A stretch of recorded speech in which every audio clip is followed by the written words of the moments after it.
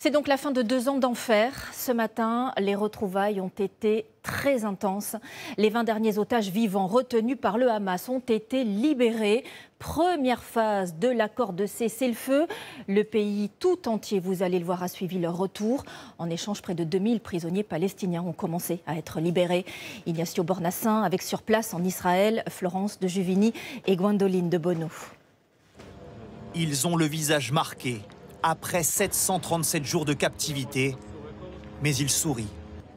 Voici les premières images des derniers otages libérés ce matin, ici entre les mains de l'armée israélienne. Ils s'appellent Eitan, Alon, Guy, Omri, Matan et ses 2 frères jumeaux, Ziv et Gali Berman, 28 ans, enfin réunis. Il y a quelques instants, voici les ex-otages qui arrivent à l'hôpital, envoyant des baisers à la foule.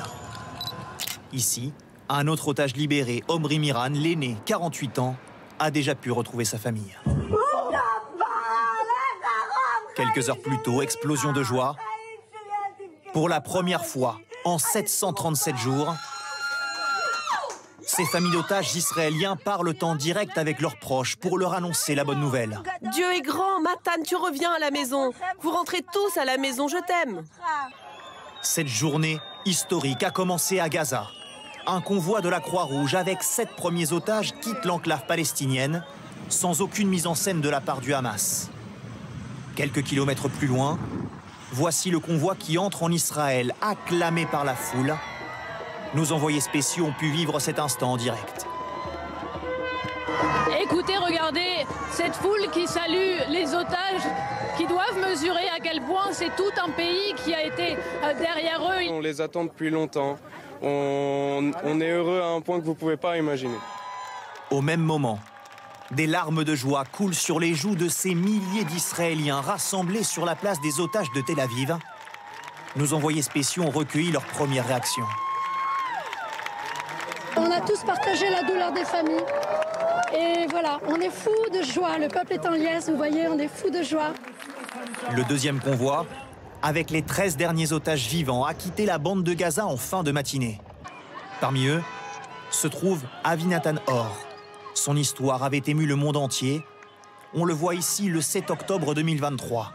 Il avait été kidnappé lors du festival de musique Nova, au même temps que sa petite amie Noah, libérée elle en juin 2024. Eviatar David retrouve aussi la liberté. C'est lui sur cette vidéo de propagande du Hamas, enfermé dans un tunnel pelle à la main. Il racontait creuser sa propre tombe. En échange de la libération de tous ces otages, Israël a commencé à libérer près de 2000 prisonniers palestiniens. Les voici acclamés à leur arrivée à Ramallah en Cisjordanie.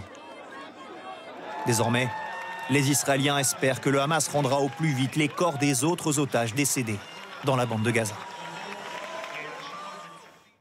Et après ces libérations, comment va se concrétiser la suite de l'accord de cessez-le-feu? Des pans entiers restent à discuter et à appliquer. On pense au désarmement du Hamas, à l'aide humanitaire qui doit entrer d'urgence dans l'enclave et qui la gouvernera ensuite. Donald Trump est arrivé ce matin à Tel Aviv, ovationné par les habitants et au Parlement. Benoît Cristal, Chloé Barbeau et Bichente Akala. Visible depuis l'avion présidentiel américain sur la plage de Tel Aviv ce matin, le message des Israéliens, merci. Devant le Parlement israélien, où il doit prononcer son discours, Donald Trump est applaudi de longues minutes par les parlementaires et par les membres du gouvernement. Quelques heures auparavant, dans son avion, il confiait sa certitude sur le conflit. La guerre est finie, vous comprenez ça ? Est-ce que vous croyez que le cessez-le-feu va tenir? Oui, j'y crois. Oui, il va tenir. Pour plusieurs raisons, mais surtout parce que les gens sont fatigués.